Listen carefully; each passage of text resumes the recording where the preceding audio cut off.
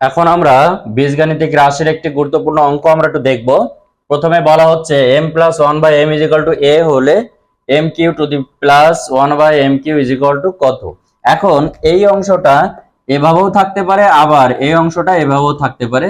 Just এটা এক লাইনে ভাঙলে আমরা এই লাইনে চলে আসতে পারবো।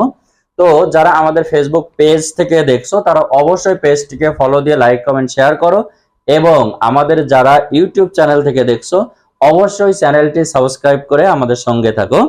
এখন আমরা একটু খেয়াল করি, এখন বলা হচ্ছে এই মানটা কত। তো আমরা এখন একটু লিখবো।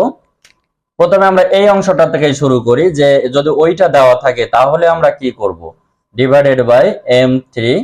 এখন আমরা যেহেতু এখানে আমরা লিখলাম, এখন এইটা আমরা একটু ভেঙে দিব বলতে এই যে m6 by m3 plus 1 by m3 আমাদের হয়ে গেল। এটা একটা কাটাকাটি করলে m3 থাকে প্লাস m, তাহলে m3 প্লাস 1 বাই m3 আমরা ভেঙে নিলাম, অর্থাৎ এই ফরম্যাটে নিয়ে আসলাম। এখন আমরা যেটা করব, আমরা জানি a cube plus b cube এর সূত্র আছে মান নির্ণয়ের, যেহেতু আমাদের এখানে a প্লাস b বা m প্লাস 1 বাই m দেওয়া আছে, তাহলে আমরা এখানে মান নির্ণয়ের সূত্রটা করব।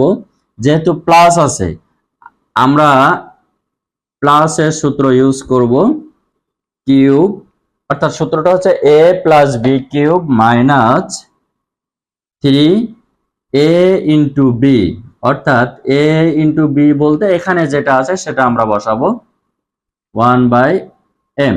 এখন আমরা একটু হিসাব করি,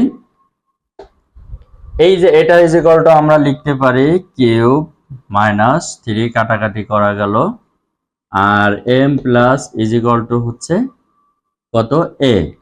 তাহলে আমরা এটাই পাবো উত্তর, বা এই মানটা হচ্ছে আমাদের এটা। তাহলে এখানে বিষয়টা হচ্ছে কি, আমাদের এখানে যদি এই ধরনের ফরম্যাটে দেওয়া থাকে অবশ্যই আমরা সেটাকে একটু কনভার্ট করে নিব আমাদের এই টাইপের, কারণ আমাদের সূত্র তো হচ্ছে এই টাইপের যেটা, অর্থাৎ a cube plus b cube এই ফরম্যাটে। তাহলে আমরা এটা এবং এটা এভাবে আমরা দেখব।